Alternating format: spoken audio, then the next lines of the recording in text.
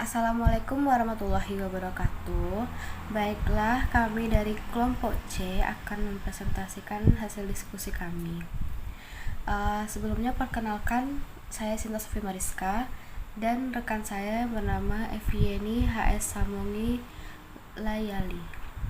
Berikut penjelasan dari kami. Yang pertama, kurikulum pada masa Orde Lama. Kurikulum tahun 1947. Awal kurikulum ini terbentuk pada tahun 1947 untuk meneruskan kurikulum yang sudah digunakan oleh Belanda karena pada saat itu masih dalam proses perjuangan merebut kemerdekaan. Kurikulum ini baru dilaksanakan di sekolah-sekolah pada tahun 1957. Sejumlah kalangan menyebut sejarah perkembangan kurikulum diawali dari kurikulum 1950. Kurikulum ini memakai istilah bahasa Belanda leerplan, di mana leerplan artinya rencana pembelajaran. Pada saat itu, istilah ini lebih populer dibandingkan istilah kurikulum. Karena masih dalam suasana perjuangan, pendidikan lebih menekan pada pembentukan karakter manusia Indonesia merdeka, berdaulat, dan sejajar dengan bangsa lain di muka bumi. Pada pengaplikasian kurikulum ini, Menteri Pendidikan, Pengajaran, dan Kebudayaan menginstruksikan agar pengembangan kurikulum harus memperhatikan hal-hal berikut. Yang pertama, mengurangi pendidikan pikiran. Yang kedua, menghubungkan isi pelajaran dengan kehidupan sehari-hari. Yang ketiga, memberikan perhatian pada bidang kesenian, serta mengutamakan pendidikan watak, jasmani, kewarganegaraan, dan masyarakat. Selanjutnya, kurikulum tahun 1952. Kurikulum ini lebih merinci setiap mata pembelajaran yang disebut Rencana Pembelajaran Terurai tahun 1952. Silabus mata pembelajaran jelas sekali. Direktur Pendidikan Dasar Depdiknas periode 1951 sampai 1995. Ketika itu di usia 16 tahun, Jauzak adalah guru SD Tambelan dan Tanjung Pinang, Riau. Fokusnya pada pengembangan daya cipta, rasa, karsa, karya, dan moral. Mata pembelajaran diklasifikasikan dalam 5 kelompok bidang studi, yaitu moral, kecerdasan, emosional, artistik, keprigelan, dan jasmaniah. Pendidikan dasar lebih menekankan pada pengetahuan dan kegiatan fungsional praktis, usai tahun 1952. Selanjutnya, kurikulum tahun 1952. Kurikulum ini lebih merinci setiap mata pembelajaran yang disebut sebagai pelajaran terurai 1952. Silabus mata pembelajaran jelas sekali.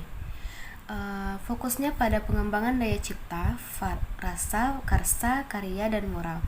Mata pelajaran diklasifikasikan dalam 5 kelompok bidang studi, yaitu moral, kecerdasan, emosional, kepribadian, dan jasmaniah. Selanjutnya, kurikulum tahun 1964. Sistem kurikulum pada 1964 kembali diperbaharui. Dengan kurikulum ini, pemerintah mempunyai keinginan agar masyarakat dapat pengetahuan akademik untuk pembekalan pada jenjang sekolah dasar. Sehingga pembelajaran dipusatkan pada program Pancawardhana, yaitu pengembangan moral, kecerdasan, emosional, atau artistik. Yang kedua, kurikulum pada masa Orde Baru, yaitu yang pertama kurikulum tahun 1968. Kurikulum ini merupakan pembaharuan dari kurikulum 1964, yaitu dilakukannya perubahan struktur kurikulum pendidikan dari Pancawardhana menjadi pembinaan jiwa Pancasila, pengetahuan dasar, dan kecakapan khusus. Kurikulum 1968 merupakan perwujudan dari perubahan orientasi pada pelaksanaan Undang-Undang Dasar 1945 secara murni dan konsekuen. Selanjutnya yaitu kurikulum tahun 1975 sebagai pengganti kurikulum 1968. Kurikulum 1975 menekankan pada tujuan agar pendidikan lebih efisien dan efektif. Yang melatar belakangi adalah pengaruh konsep di bidang manajemen, yaitu MBO yang terkenal saat itu. Metode, materi, dan tujuan pengajaran dirinci dalam prosedur pengembangan sistem instruksional. Yang ketiga yaitu kurikulum tahun 1984. Kurikulum ini mengusung proses skill approach. Meski mengutamakan pendidikan proses, tapi faktor tujuan tetap penting. Kurikulum ini juga sering disebut sebagai kurikulum 1975 yang disempurnakan. Posisi siswa ditempatkan sebagai subjek belajar dari mengamati sesuatu, mengelompokkan, mendiskusikan, hingga melaporkan. Model ini disebut sebagai cara belajar siswa aktif atau CBSA atau Student Active Listening SEL. Yang keempat, kurikulum tahun 1994 dan suplemen kurikulum 1994 lebih fokus kepada yang keempat, kurikulum tahun 1994 dan suplemen. Kurikulum 1994 lebih fokus kepada upaya memadukan kurikulum-kurikulum sebelumnya. Perpaduan tujuan dan proses belum berhasil.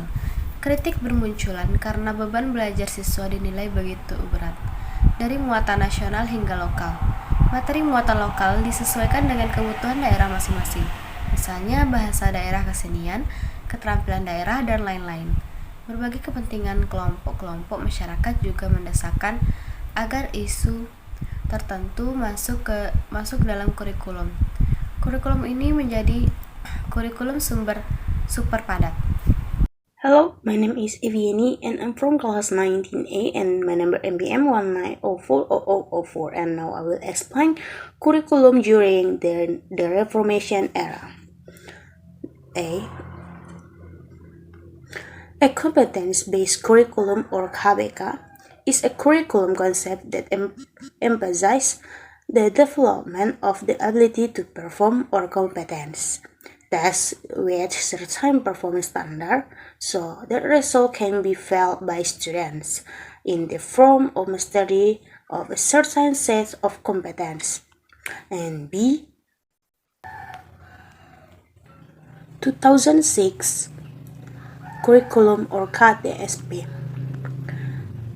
The 2006 curriculum used at this time is a curriculum that gives autonomy to schools to provide education whose peak tests will be carried out by each subject teacher, namely the teacher.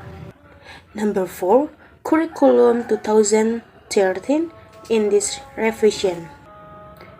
In the 2013 curriculum, every student is required to be creative and innovative because in the future findings and creativity will be mainstay. In addition, the development of national character has been integrated into all study programs. Number 5, curriculum during pandemic and new normal period emergency curriculum temporary. The COVID-19 pandemic has an impact on every aspect of human life, one of which is in the field of education and educational curriculum. There are many obstacles faced by teachers, parents, and students during the COVID-19 pandemic. In August 2020, the government issued an adjustment to learning policy during the COVID-19. That's all for me. Thank you.